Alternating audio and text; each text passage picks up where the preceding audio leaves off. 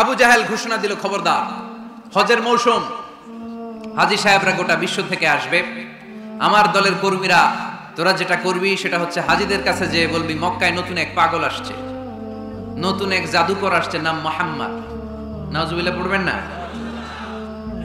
খবরদার হাজী সাহেবেরা, এই পাগলের কাছে যেও না। সব হাজিরা গোটা বিশ্ব থেকে এসে মক্কার মিনা প্রান্তরে তাঁবুর ভিতরে ঢুকেছে, আর আবু জাহেলের টিম মেম্বাররা সব তাঁবুর ভিতরে উকি মাইরা কয়, খবরদার, নতুন পাগল আইছে। সবাই কয়, নাম কি? কয়, মুহাম্মদ। নতুন পাগল এসেছে, নাম মুহাম্মদ। নতুন জাদুকর এসেছে, তার নাম মুহাম্মদ। খবরদার, তার কাছে যেও না, তার কথা শোনো না, শুনলে তোমরাও পাগল হয়ে যাবা, তোমরাও পাগল হয়ে যাবা। সে এত বড় জাদুকর, মুহাম্মদ সাল্লাল্লাহু আলাইহি ওয়াসাল্লাম এত বড় জাদুকর, তার জাদু দেখলে, তার কথা শুনলে হাজবেন্ড ওয়াইফের মধ্যে সম্পর্ক বিচ্ছিন্ন হয়ে যায়। সে এত বড় জাদুকর, তার কথা শুনলে বাবা আর ছেলের সম্পর্ক ছিন্ন হয়ে যায়। সে এত বড় জাদুকর, তার কথা শুনলে বন্ধু বন্ধু আলাদা হয়ে যায়। খবরদার হাজী সাহেবরা, তোমরা হজ করতে এসেছো, করো, জমজমের পানি খাও আর খেজুর নিয়ে যাবা বাড়িতে, কিন্তু মুহাম্মদ সাল্লাল্লাহু আলাইহি ওয়াসাল্লামের কাছে যাওয়া যাবে না। আচ্ছা, আপনারা বুঝে শুনে উত্তর দেন। এই যে লক্ষ লক্ষ হাজী মিনার তাঁবুতে বসা, আর আবু জাহেলের লোকটা যে বললো নতুন জাদুকরের নাম মুহাম্মদ, তার কাছে যেও না, এই লক্ষ লক্ষ হাজীরা এর আগে জীবনেও মুহাম্মদ সাল্লাল্লাহু আলাইহি ওয়াসাল্লামের নাম শুনছে? তার মানে মুহাম্মদ সাল্লাল্লাহু আলাইহি ওয়াসাল্লামের নাম তাদের কানে পৌঁছে দেওয়ার দায়িত্ব আবু জাহেল নিজেই নিয়ে নিয়েছে। চিল্লায় এখন ঠিক কি না? অপপ্রচার প্রচার হয়ে গিয়েছে। আর সবাই মনে মনে ভাবে, কয় কি, এত বড় জাদুকর, হজ করি আর না করি, আরে না দেখা যাওয়া যাবে না, হজ তাড়াতাড়ি কোন রকম সাইরা এই জাদুকরের কাছে আগে যাব, দেখি কেমন জাদু দেখায়, দেখি কত বড় ম্যাজিশিয়ান, দেখি তো কত বড় পাগলের। কারণ আল ইনসানু হারিসুন আলা মা মুনিআ, মানুষকে যেটা নিষেধ করা হয় বেশি মানুষ এটা করতে চায়। যদি বলি ওদিকে যাবি না, ওর বাপের কিরা ওদিকে যাবে, ঠিক কি না? এটা আমাদের স্বভাব, আমাদের খাসলা, আমাদের বৈশিষ্ট্য, যেটা আমাদেরকে নিষেধ করা হয় বেশি ওটা করতে মন চায়। সব হাজিরা মনে মনে ভাবলো, আমরা যাব যাব, তোরা যতই বলিস না কেন যাব যাব, হজের পরে অবশ্যই যাব। দেখা গেল হজের পরে বিশ্বনবী মুহাম্মদুর রাসূলুল্লাহ সাল্লাল্লাহু আলাইহি ওয়াসাল্লামের বাড়ির সামনে বিশাল বড় গ্যাদারিং শুরু হয়েছে। সবাই লাইন ধরে দেখা করতে গেছে। দেখা করতে যে বিশ্বনবীর চেহারা দেখে প্রথম নজরেই সব পাগল। চাঁদের চেয়ে সুন্দর তুমি নবী আমার কামলিওয়ালা, চাঁদের চেয়ে সুন্দর তুমি নবী আমার কামলিওয়ালা, দুজা তুমি প্যারা নবী সাল্লে আলা, দুজাহানের বাদশাহ তুমি প্যারা নবী সাল্লে আলা, চাঁদের চেয়ে সুন্দর তুমি নবী আমার কামলিওয়ালা। সুবহানাল্লাহ পড়েন। এত সুন্দর চেহারা, বিষ্ণু ঈসা ইসলামের চেহারার মতো এরকম চেহারার মানুষ পৃথিবীতে আছে? দ্বিতীয়টা, অনেকে বলে সাইয়েদনা ইউসুফ আলাইহিস সালামের চেহারা নাকি বেশি সুন্দর। সুন্দর ঠিক, কিন্তু আমার নবীর চাইতে বেশি নয়। বিষ্ণু বলতেন, আনা মালিহুন ওয়া আখি ইউসুফু সাবিহুন, আমার ভাই ইউসুফ হচ্ছে সাবিহ, সাবিহ মানে সাদা সুন্দর ধবধবে, আর আমি হচ্ছে মালিহ, মালিহ মানে এসেছে মিলহান থেকে, মিলহান মানে লবণ, মানে লাবণ্যময় সুন্দর। আমার ভাই ইউসুফ নবী সাদা সুন্দর, আমি লাবণ্যময় সুন্দর, কোনটার দাম বেশি? লাবণ্যময় সুন্দরের দাম বেশি। আমি এমন নবী যার কোনো গুনাহ নাই, আগের গুনাহও নাই, পরের গুনাহও নাই, তারপরেও আমি নবী প্রতিদিন 70 বারেরও বেশি তওবা আর ইস্তেগফার পড়ি। আমাদের জন্য শিক্ষা। তাহলে আল্লাহ বললেন, ওয়া ওয়াদানা আনকা বিজরাক, পাপের বোঝা আমি নামিয়ে দিলাম। বিশ্বনবীর কোনো পাপ নাই, পাপ মুক্ত। তাফসিরে 2 নম্বরে এসেছে বিজরুল গাম, চিন্তার বোঝা। বিশ্বনবী সব সময় আমাদেরকে নিয়ে চিন্তা করতেন। কাকে নিয়ে চিন্তা? কথা বলেন। আমাদেরও চিন্তা আছে না নাই? কিসের চিন্তা? হ্যাঁ, টাকার চিন্তা। ফরিদপুরের ভাইদের টাকার চিন্তা। আর কিসের চিন্তা আপনাদের? হ্যাঁ, উম্মতের চিন্তা। মাশাআল্লাহ, এই ভাই উম্মতকে নিয়ে ভাবে। আপনাদের আর কার কি নিয়ে চিন্তা বলেন? পেটের চিন্তা। এদিকে পাওয়া গেছে পেটের চিন্তা, এদিকে বউয়ের চিন্তা, কবরের চিন্তা। আর কিসের চিন্তা? আখিরাতের চিন্তা। তো আমাদেরও চিন্তা আছে, বিশ্বনবীরও চিন্তা ছিল। 2 চিন্তা কি এক? বিশ্বনবীর কাঁধে তো পুরো উম্মার জিম্মাদারি। কিয়ামত পর্যন্ত যারা পৃথিবীতে আসবে সবার জন্য বিশ্বনবী কাঁদতেন। এই আওয়াজ করে কে? এদিকে কি হইছে? ওরে বসায় দেন। বিশ্বনবীর গোটা উম্মাহ নিয়ে চিন্তা। সব নবীকে আল্লাহ তাআলা একটা করে দোয়া দিয়েছিলেন আর বলেছিলেন, নবী একটা স্পেশাল দোয়া করার সুযোগ তোমাদেরকে দিলাম, ওই দোয়া করলেই কবুল হয়ে যাবে। কিন্তু সুযোগ পাবা জীবনে কয়বার? সবাই বলেন কয়বার? সব নবী কয়টা করে পাইছে? সব নবী তাদের দোয়াগুলো দুনিয়াতেই করে ফেলেছে। বিশ্বনবী বলেন, লিকুল্লি নবিয়্যিন দাওয়া মুস্তাজাবা। এই দুনিয়াতে সব নবীদের একটা করে মুস্তাজাবুদ দাওয়া আছে। আল্লাহ বলেছে, ও নবী একটা করে স্পেশাল দোয়া করার সুযোগ পাবা, দোয়াটা করা মাত্রই কবুল করে নেব। বিশ্বনবী বললেন, এই পৃথিবীর বুকে যত নবী রাসূল দুনিয়ায় এসেছে সব নবীরা তাদের স্পেশাল দোয়া দুনিয়ায় করে ফেলেছে, ইল্লা আনা, কিন্তু আমি করি নাই। বিশ্বনবী বললেন, ওয়া ইন্নী আখতাবিউ দাওয়াতি শাফাআতান লি উম্মতি ইয়াউমাল কিয়ামাহ। আমি আমার স্পেশাল দোয়াটা করি নাই, আমার স্পেশাল দোয়াটা আমি আমার গুনাহগার উম্মতকে বাঁচানোর জন্য কিয়ামত পর্যন্ত রেখে দিয়েছি। আমরা যেদিন বিপদে পড়ে যাব, যেদিন আমার আব্বা আমারে চিনবে না, আমি আমার আব্বারে চিনব না, নেতা তার কর্মীরে চিনবে না, কর্মী নেতারে চিনবে না, ঠিক কি না? পীর সাহেব মুরিদরে চিনবে না, মুরিদ পীর সাহেবরে চিনবে না, স্বামী তার স্ত্রীরে চিনবে না, স্ত্রী তার স্বামীরে চিনবে না। নবী থেকে শুরু করে, ওলি থেকে শুরু করে, শহীদ থেকে শুরু করে সবার মুখে একটাই জিকির, ইয়া নাফসি ইয়া নাফসি ইয়া নাফসি। আকাশের সূর্যটা যেদিন মাথার কাছে চলে আসবে, জমিনটা তামার জমিন হয়ে যাবে, সূর্যের তাপে মাথার মগজগুলো ভাতের মাড়ের মতো গলে গলে নাকের ছিদ্র কানের ছিদ্র দিয়ে টপ টপ করে বেয়ে বেয়ে নিচে পড়বে। ওই কঠিন দিনে কেউ কাউরে চিনবে না। বিষ্ণু বললেন, ওই দোয়াটা আমি দুনিয়ায় করি নাই, আমি বদরের যুদ্ধে মার খেয়েছি, উহুদের যুদ্ধে দাঁত ভেঙেছি, আমি না খেয়ে পেটে পাথর বেঁধেছি। আমি যদি ওই দিন দোয়া করতাম, আল্লাহ দোয়া কবুল করে নিত, জান্নাতি খাবার দিয়ে দিত, আমার মায়ের খাওয়া লাগতো না, তায়েফে আমার রক্ত ঝরতো না, দোয়া করলেই কবুল। কিন্তু ওই দোয়াটা আমি দুনিয়ায় করি নাই, ওই দোয়াটা আমার জন্য, আপনার জন্য, আমাদের জন্য বিশ্বনবী জমা রেখে দিয়েছে। এজন্য বিশ্বনবীর চিন্তা আর আমাদের চিন্তা এক চিন্তা না, বিশ্বনবীর পুরো উম্মতের চিন্তা। কিয়ামত পর্যন্ত যত মানুষ আসবে সবাই আমার উম্মত, না জানি তাদের নসিবে কি হয়ে যায়। এই চিন্তার বোঝা বিশ্বনবীকে কাবু করে ফেলেছিল। আল্লাহ বললেন, নবী নো টেনশন, কোনো টেনশন নাই, আপনার এই চিন্তার বোঝাকে আপনার পিঠ থেকে আমি আল্লাহ নিজ দায়িত্বে সরিয়ে নিলাম।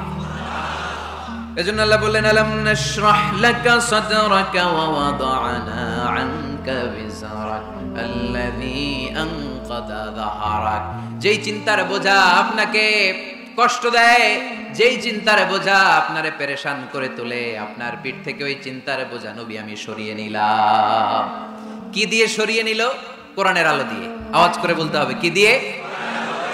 বিশ্বনবী মক্কায় দেখতেন মূর্তির পূজা হয়, আল্লাহর ঘরের ভিতরে 360টা মূর্তির পূজা। বিশ্বনবী দেখতে পেলেন দুর্বলের উপরে সবলের অত্যাচার, বিশ্বনবী দেখতে পেলেন নারীদেরকে অত্যাচার করা হয়। কন্যা সন্তান হলে বাবা তার মেয়েটাকে নিয়ে জঙ্গলের ভেতরে ঢুকে কিংবা মরুভূমির ভেতরে যে জীবিত দাফন করে দেয়। ওয়াইদাল মাউউদাতু সুইলাত ওয়াদুল বানাত। বিশ্বনবী এগুলো দেখতেন চারপাশে, দেখে এই পথহারা জাতিকে কিভাবে উদ্ধার করবেন, কি দিয়ে উদ্ধার করা যায়, এই টেনশনে বিশ্বনবীর পিঠ বাঁকা হয়ে গিয়েছিল। উপমা বাঁকা হয়ে গিয়েছিল, বিশ্বনবী সব সময় পেরেশান থাকতেন। আল্লাহ বললেন, নবী টেনশনের দরকার নাই, হেরা গুহায় এমন একটা নূরের আলো দিয়ে আমি আপনারে আলোকিত করব, যার মাধ্যমে সব পেরেশানি দূর হয়ে যাবে। আলাম নাশরাহ লাকা সাদরাকা ওয়া ওয়াদা'না আনকা বিজরাক আল্লাযী আনকাদা যাহরাক। আপনাকে পেরেশান বানিয়ে দেয় এরকম সব চিন্তার বোঝা আমি আল্লাহ সরিয়ে নিলাম। সুবহানাল্লাহ। দুইটা নিয়ামত শুনলাম, এবার 3 নম্বরের নিয়ামত আল্লাহ বললেন, ওয়া রাফা'না লাকা যিকরাক। এই আয়াতটা মুখস্থ করতে হবে আজকে, আমার সাথে সাথে পড়েন, ওয়া রাফা'না লাকা যিকরাক। সবাই বলেন নাই, পড়েন, ওয়া রাফা'না লাকা যিকরাক ওয়া রাফা'না লাকা যিকরাক। নবী হে, আপনার সম্মানকে আমি আকাশচুম্বী করেছি। I have dignified your status high and high, the highest peak. আপনার মর্যাদা উঠাতে উঠাতে আকাশ বাতাস ছাপিয়ে, সাত আকাশ কাঁপিয়ে আরশের উপরে নিয়ে গিয়েছি। আপনার মর্যাদা আমার পরপরই, স্রষ্টার পরে পুরো সৃষ্টিকুলের উপরে বিশ্বনবীর মর্যাদা আছে না নেই? এজন্য আল্লাহ বললেন, ওয়া রাফা'না লাকা যিকরাক। ও নবী, আপনার মর্যাদা সম্মান আমি আকাশচুম্বী করেছি। আপনার সুনাম, সুখ্যাতি, মান, মর্যাদা আমি গোটা বিশ্বে ছড়াইয়া দেব। এই আয়াত যখন নাজিল হলো, কাফেররা হাসতে শুরু করলো। কাফেররা বলে মোহাম্মদ বেটা বলে কি, ও জানে বাঁচবি কিনা ওইটাই তো সন্দেহ। আমরা যেই ষড়যন্ত্র পাকাচ্ছি ও জানে বাঁচবি কিনা সে, এটাই সন্দেহ। তার নাম গোটা বিশ্বে ছড়াবে কি করে আমরা দেখে নেব। আল্লাহ বলেন, তোরা আমার নবীর সুনাম সুখ্যাতি ছড়ানোর ব্যাপারে বাধা তৈরি করবি, তোরা আমার নবীর ব্যাপারে অপপ্রচার চালাবি, তোদের অপপ্রচারকেই আমি আমার নবীর প্রচার মাধ্যম বানিয়ে দেব। তোরা করবি অপপ্রচার।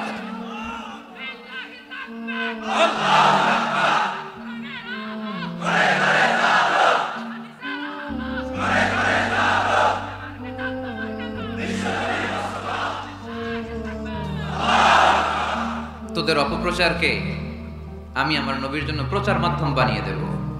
এরকম অনেক সময় হয় না যে কেউ কেউ অপপ্রচার করে কারো বিরুদ্ধে, এটা তার জন্য প্রচার হয়ে যায়। কেউ অপপ্রচার চালায়, আল্লাহর মেহেরবানিতে ওইটা তার পাবলিসিটি হয়ে যায়। তার আলাদা করে প্রচার বিভাগের টিম তৈরি করা লাগে না, তার বিরোধীরাই তার প্রচার বিভাগের কাজে নেমে পড়ে। বিশ্বনবী বললেন, আল্লাহ বললেন, তোরা আমার নবীর সুনাম সুখ্যাতিকে থামাবি, তোদের মাধ্যমে আমি বিশ্বনবীর সুনাম সুখ্যাতি গোটা বিশ্বে বুলন্দ করে দেব। সাইয়েদনা ইউসুফ আলাইহিস সালামের চেহারা দেখে মিশরের মেয়েরা লেবু কাটতে যে বা কমলা কাটতে যে আনার কাটতে কমলা কাটতে যে আঙ্গুল কেটে ফেলেছিল। কোরআন তার সাক্ষী। ওয়াকাত্তা'না আইদিয়াহুম।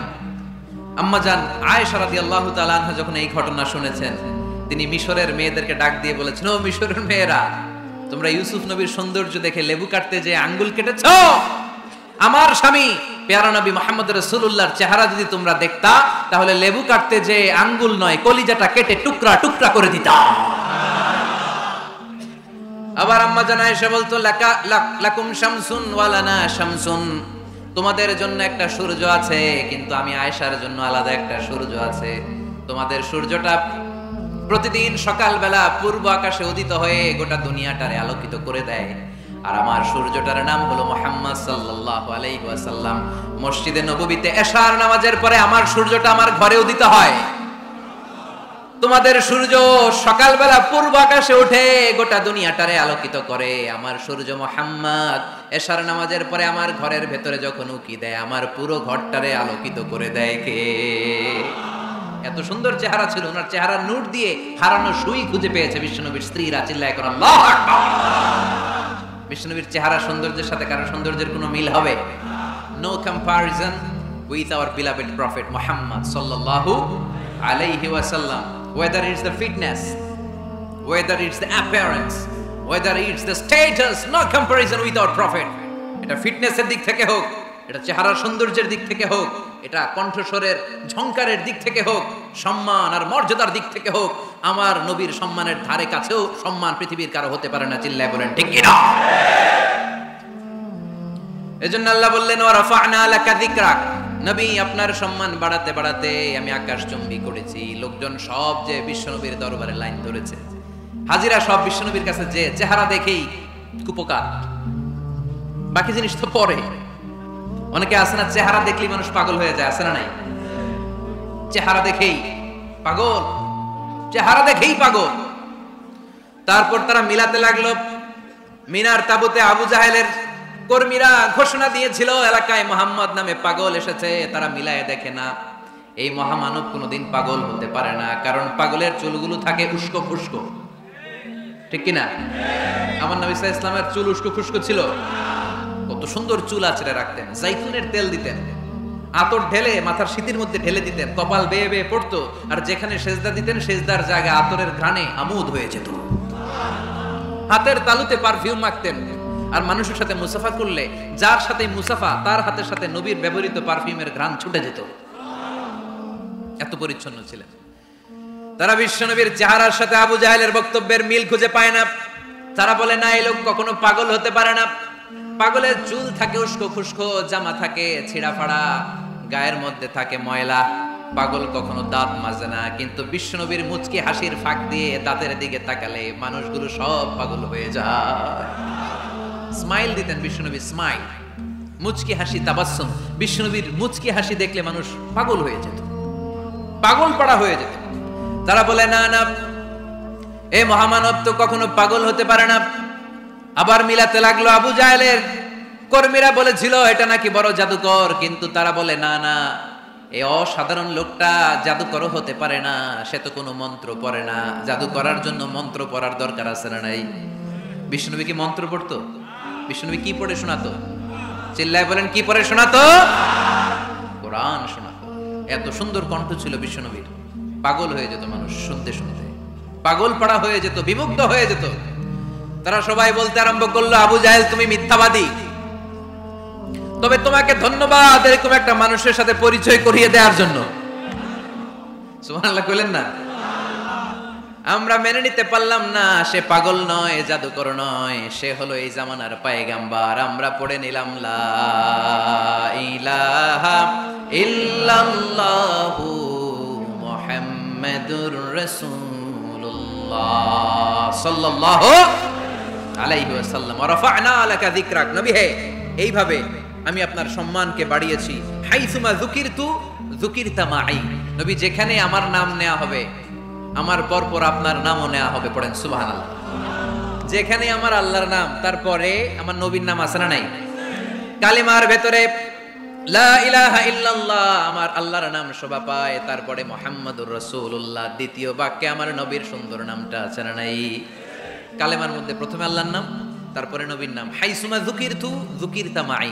নবী কিভাবে আপনার মর্যাদা আমি বাড়াবো জানেন? যেখানে আমি ওইখানেই আপনি। যেখানে আমার নাম নেওয়া হবে, তারপরেই সৃষ্টিকুলের মধ্য থেকে শুধু আপনার নাম নেওয়া হবে। সুবহানাল্লাহ পড়েন। আপনার উম্মতেরা গোটা বিশ্বে সালাত আদায়ের জন্য আজান দিবে। আজানের প্রথম 4 বাক্যে আমি আল্লাহর বড়ত্ব, আল্লাহু আকবার। তারপরের 2 বাক্যে আমি ছাড়া কোনো ইলাহা নাই, এটার সাক্ষ্য দেয়া হবে। তারপরের 2 বাক্যে সবাই সাক্ষ্য দিতে বাধ্য, আপনি ছাড়া দুনিয়ায় আর কোনো শেষ রাসূল নাই। তার মানে আজানের মধ্যেও আমার আল্লাহর নামের পরে আমার নবীর নাম আছে না নাই?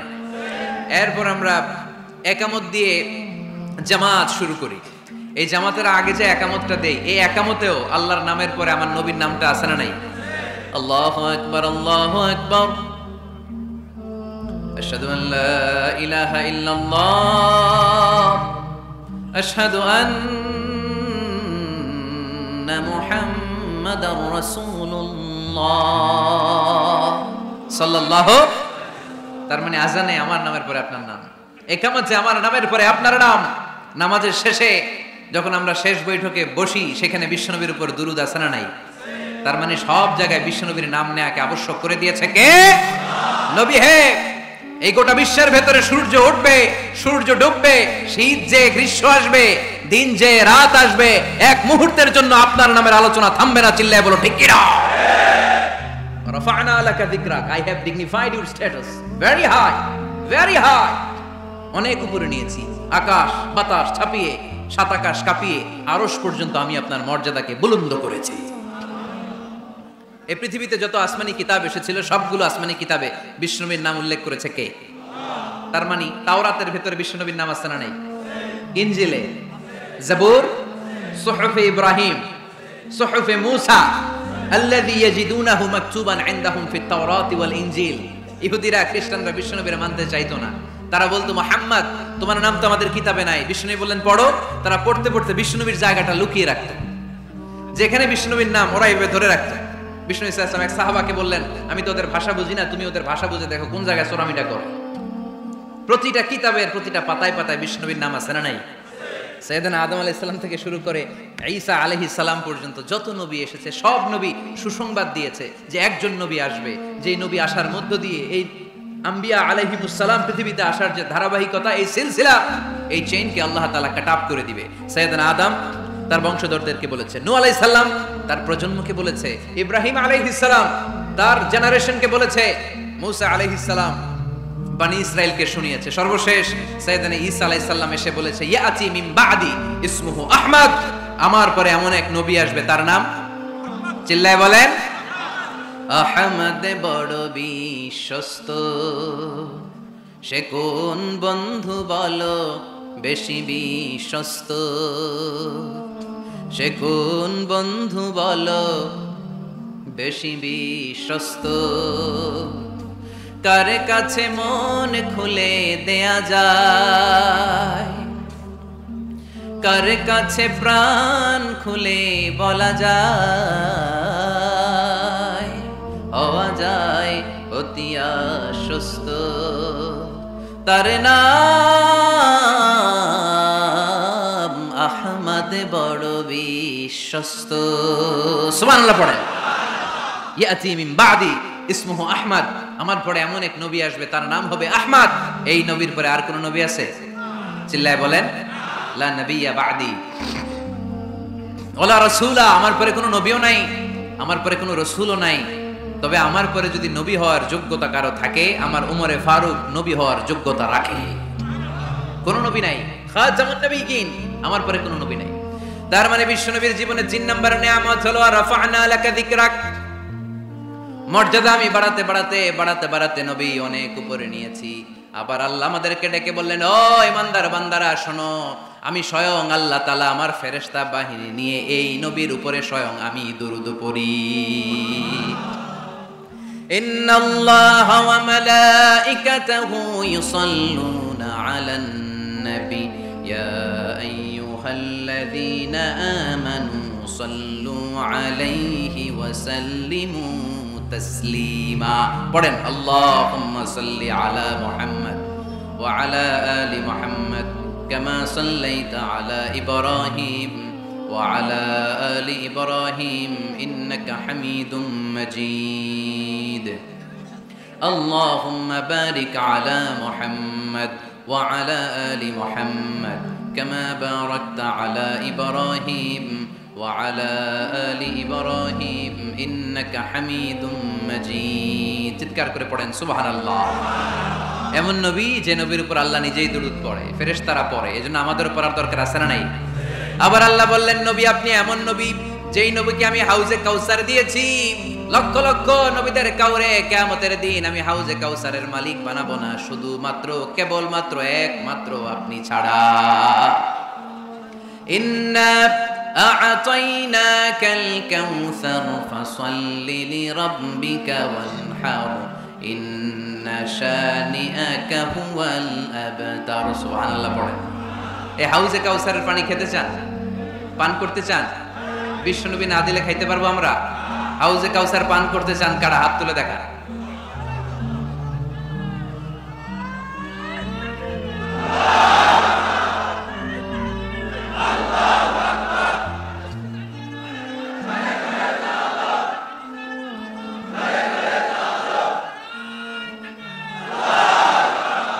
আহলা মিনাল আসাল, হাউজে কাউসারের পানি মধুর চেয়েও মিষ্টি।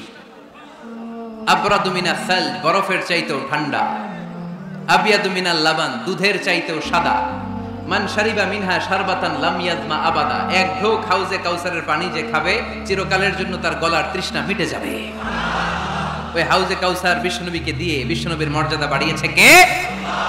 আবার আল্লাহ বললেন, নবী পৃথিবীর অনেক নবীকে আমি নৈতিক বিজয় দান করেছি, কিন্তু সবাইকে আমি রাজনৈতিক বিজয় দান করি নাই।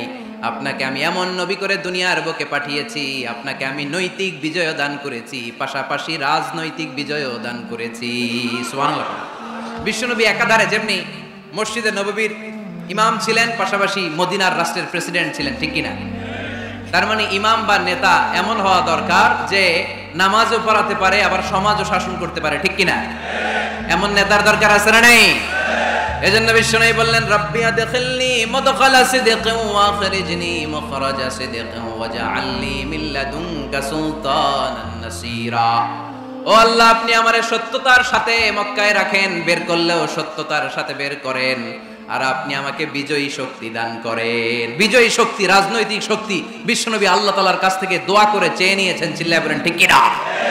রাজনৈতিক শক্তির দরকার আছে না নাই? দরকার আছে। তা আস্তে করে বললেন কেন? রাজনৈতিক শক্তি থাকার দরকার আছে না নাই? দেখেন বাংলাদেশ সৃষ্টি হয়েছে কত সালে বলেন? কত সাল? বাংলাদেশের বার্থডে কবে?